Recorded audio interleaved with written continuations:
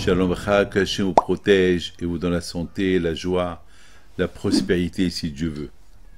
Bien sûr que ça vous fait rire un peu le titre de ce cours, être marocain et aimer les Tunisiens. Ah ben bien sûr, vous avez tous compris que je suis marocain, je suis né au Maroc et ma vie entière, je l'ai vécue avec des Ashkenazim. J'ai étudié la Torah chez les Ashkenazim en France, à Fublen, lorsque j'avais 10 ans jusqu'à 13 ans, et de 14 ans jusqu'à presque 25 ans à l'Yeshiva en Angleterre. Et bien sûr, il faut savoir une chose. Et après, je me suis marié. Et après, ma vie, elle a commencé en France. Ma vie de marié, elle a commencé en France. Et en France, la communauté, elle en général, il y a beaucoup de juifs d'origine d'Algérie, mais il y a beaucoup de Tunisiens. Mais je n'ai connu beaucoup de Tunisiens. Alors, qu'est-ce qui a fait de moi que j'aime les Tunisiens? C'est pas à cause de Adam Lhout, de la Pkelia, à cause d'une chose. Et c'est ça pourquoi je les aime. La Saouda du Yitro qu'ils font. Parce que moi, j'ai jamais entendu dans ma vie, au Maroc par exemple, on ne fait pas de Saouda de Yitro. On fait par exemple, vendredi soir, il y a ceux qui mangent les céleris et les boulettes, il y a ceux qui mangent du poisson avec... il y a bien sûr la dafina, c'est toujours, mais pendant les fêtes aussi, chacun et ses coutumes au Maroc. Je me rappelle toutes les coutumes de ma mère, que ma femme aujourd'hui aussi, elle les fait parce que ma femme, sa mère, elle est aussi, elle a presque les mêmes coutumes que nous.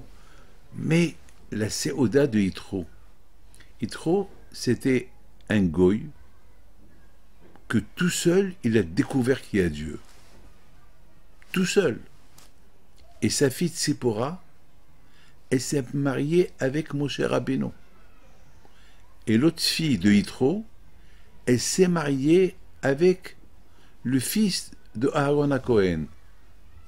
C'est de la folie. Et Yitro, il a découvert Hachem tout seul. Et lorsqu'il a découvert Hachem, il est parti dans le désert pour se convertir.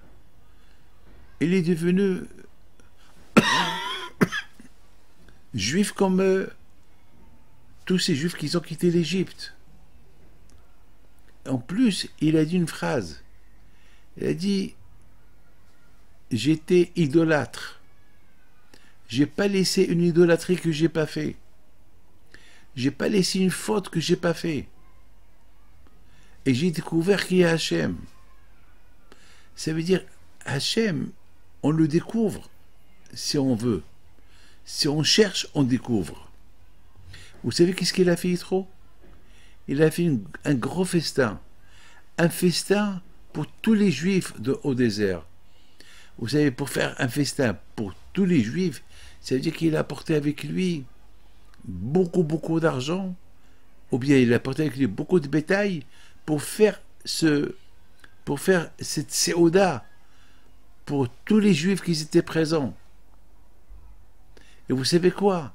Hachem, il était tellement heureux et content de Yitro, soit que Hachem, lui-même, il était présent dans la séoda que Yitro il a fait. Et pour qui Yitro il a fait cette séoda? Pour les juifs qui ont quitté l'Égypte. Hier, ils étaient esclaves. Aujourd'hui, ils sont des gens libres. Ils sont là dans le désert pour recevoir la Torah du bon Dieu et rentrer en Eretz Israël. Mes amis, lorsque quelqu'un voit un miracle, il fait une fête. Mais si je vois que mon ami il a eu un miracle, je ne veux pas faire la fête pour lui.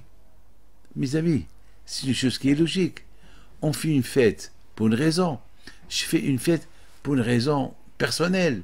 Je ne vais pas faire la fête pour quelqu'un qui a été libéré je sais pas, d'une prison. Non.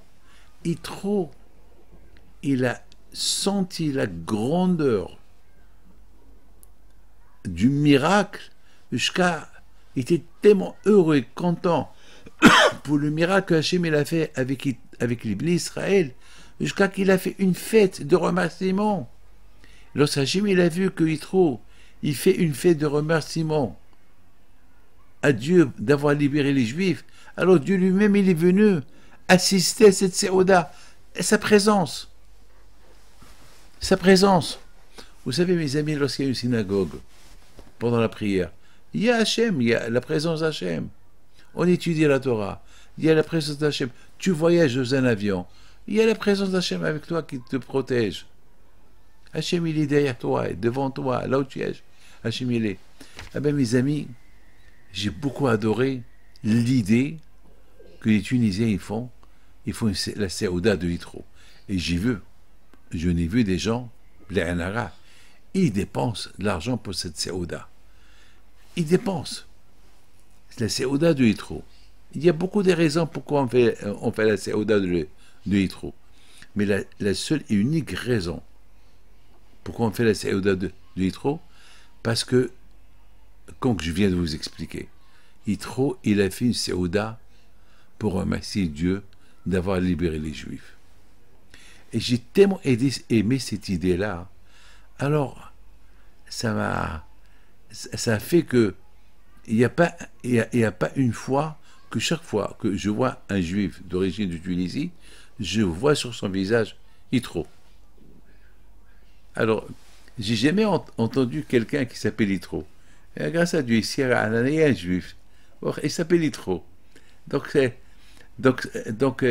ça me rappelle, ça me rappelle que combien Hachem il veut que nous on apprend de Yitro l'amour du prochain.